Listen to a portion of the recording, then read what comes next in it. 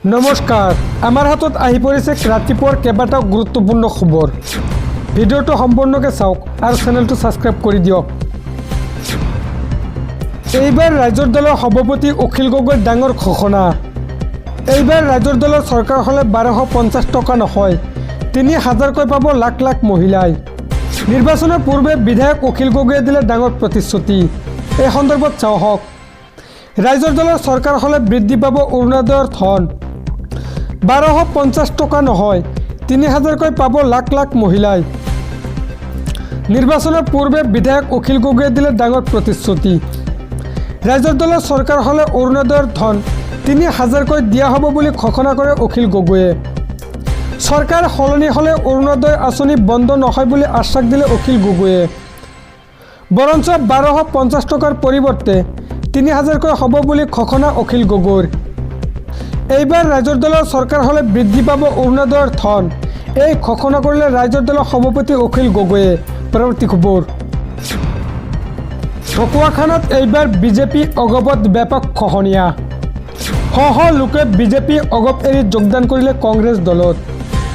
গৌৰৱ গগৈৰ উপস্থিতিত কংগ্ৰেছত যোগদান কাৰ্যসূচী। সবিস্তাৰে চাওক। 2026 নিৰ্বাচনলৈ এক প্ৰকাৰ সাজু হৈছে কংগ্ৰেছ দলে। ঢকুৱাখানাত এইবাৰ বিজেপি অগপত ব্যাপক খহনীয়া।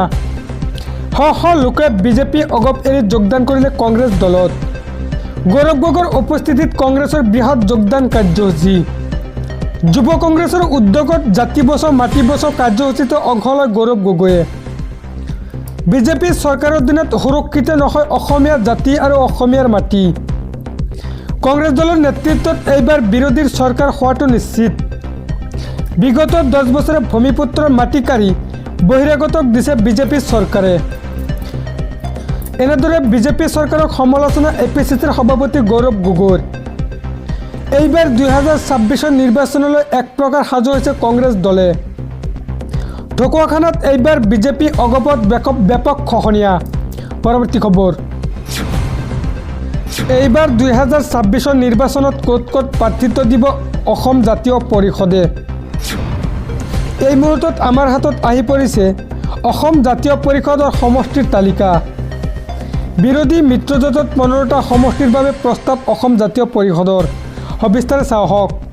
এইবাৰ 2026 নিৰ্বাচনত ক'ত ক'ত প্ৰাৰ্থিত্ব দিব অজাপই। বিৰোধী মিত্ৰজোঁটত 15টা সমষ্টিৰ বাবে প্ৰস্তাৱ অসম জাতীয় পৰিষদৰ। নামনি অসমৰ বজালী আৰু পলাশবাৰীত নিশ্চিত এজেপিৰ প্ৰাৰ্থী। বৰপেটা আৰু টিহু সমষ্টিত এজেপিয়ে প্ৰাৰ্থী দিয়াৰ পূৰ্ণ সম্ভাৱনা। উজনি অসমৰ শদিয়া ডিগবৈ খোৱাং লাগে অসম জাতীয় পৰিষদক। লগতে মাখমৰাম সৰু পথাৰতো প্ৰাৰ্থী থাকিব অসম জাতীয় পৰিষদৰ। নগাঁও বৰমপুৰতো প্ৰাৰ্থী দিয়াটো নিশ্চিত কৰিছে এজেপিয়ে।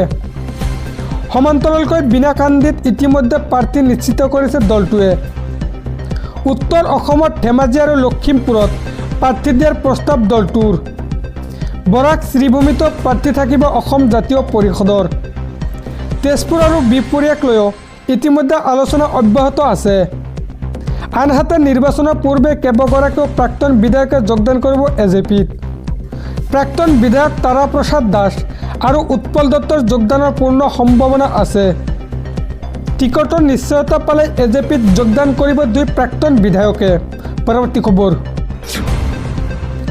ইতিমধ্যে IPLত বাংলাদেশী ক্ৰিকেটাৰক নিষিদ্ধৰ পিছতে বাংলাদেশত হাহাকাৰ পৰিৱেশ। কেইদিনমান পিছত ভাৰতত হ'বলগীয়া বিশ্বকাপত অংশ নলয় বাংলাদেশে। মুস্তাফিজুৰ ৰহমানক IPLৰ পৰা বাহিৰ কৰি দিয়াৰ লগে লগে বাংলাদেশ ক্ৰিকেট বৰ্ডত অস্থিৰ পৰিৱেশ। সবিস্তাৰে চাওক। IPLত বাংলাদেশী ক্ৰিকেটাৰক নিষিদ্ধৰ পিছতে বাংলাদেশত হাহাকাৰ। ভাৰতত হ'বলগীয়া বিশ্বকাপত অংশ নলয় বাংলাদেশে। মুস্তাফিজুৰ ৰহমানক IPLৰ পৰা বাহিৰ কৰি দিয়াৰ লগে লগে বাংলাদেশ ক্ৰিকেট বৰ্ডত অস্থিৰ পৰিৱেশ। T20 বিশ্বকাপ 2026ৰ সময়ত বাংলাদেশৰ 4খন গ্ৰুপ মেচ ভাৰতত অনুষ্ঠিত হ'ব। কলকাতাৰ ইডেন গাৰ্ডেনত 3খন আৰু মুম্বাইত হ'ব এখন খেল অনুষ্ঠিত। বাংলাদেশৰ ক্ৰীড়া উপদেষ্টা আসিফ নজৰুলে নিশ্চিত কৰে এই কথা। বাংলাদেশৰ এই স্থিতিত ICC কি সিদ্ধান্ত গ্ৰহণ কৰে সেয়া হ'ব লক্ষণীয়। পৰৱৰ্তী খবৰ। এইবাৰ বিজেপি আৰু মুখ্যমন্ত্ৰীৰ বিৰুদ্ধে গৰ্জন সাংসদ ৰকিবুল হুছেইনৰ। হিমন্ত বিশ্ব শৰ্মা মুখ্যমন্ত্ৰী থকালৈকে জুবিন গাৰ্গে ন্যায় নাপায়। এয়াই হৈছে শেষ ষড়যন্ত্ৰ। ইয়াৰ পিছত ৰাইজ বিৰোধী হ'ব বিজেপিৰ। সবিস্তাৰে চাওক। বিজেপি আৰু মুখ্যমন্ত্ৰীৰ বিৰুদ্ধে গৰ্জন সাংসদ ৰকিবুল হুছেইনৰ। মুখ্যমন্ত্ৰী হিমন্ত বিশ্ব শৰ্মাৰ হাতত মাত্ৰ এটা মাহ আছে। এয়াই শেষ ষড়যন্ত্ৰ। ইয়াৰ পিছত ৰাইজ বিৰোধী হ'ব বিজেপিৰ। হিমন্ত বিশ্ব শৰ্মা মুখ্যমন্ত্ৰী হৈ থকালৈকে জুবিন গাৰ্গে কেতিয়াও ন্যায় নাপায়। বিজেপিৰ চৰকাৰৰ দিনত গণতন্ত্ৰ বিপন্ন হৈছে।